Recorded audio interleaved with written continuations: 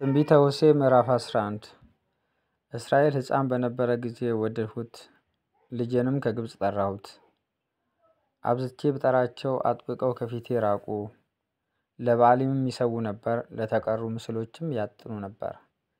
እኔም ኤፍሬምን ክንዱን ይዤ በእግሩ እንዲሄድ መራሁት። እኔም እፈውሳቸው እንደነበርሁ አላወቁም። በሰው ገመድ በፍቅርም እስራት ሳብኋቸው። ለእነርሱም ቀንበርን ከጫንቃቸው ላይ እንደሚያነሳ ሆንሁ፣ ድርቆሽም ጣልሁላቸው። ወደ እኔ ይመለሱ ዘንድ አልወደዱምና ወደ ግብፅ ምድር ይመለሳሉ። አሦርም ንጉሳቸው ይሆናል።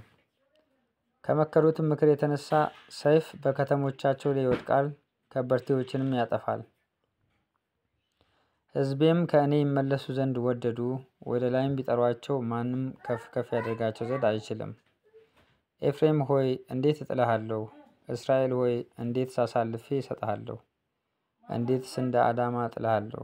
እንዴትስ እንደ ሲባዮ አደርግሃለሁ? ልቤ በውስጤ ተናውጣለች፣ ምሕረቴም ተነሳስታለች።